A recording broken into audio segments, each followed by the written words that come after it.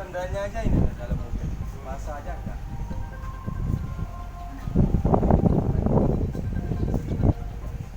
Dari arah sini. Nah dari situ, nah begitu saya lihat langsung saya bawa.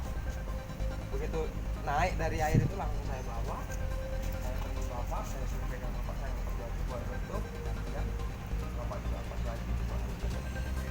Jalan. Saya tunggu. Oh iya benar.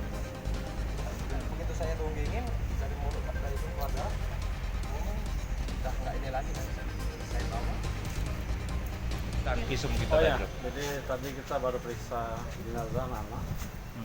Perkiraan usia masih 10 tahunan.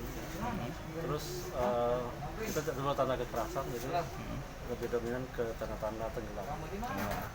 Sudah membiru atau seperti apa, Dok? Kondisi Kondisinya badan? sudah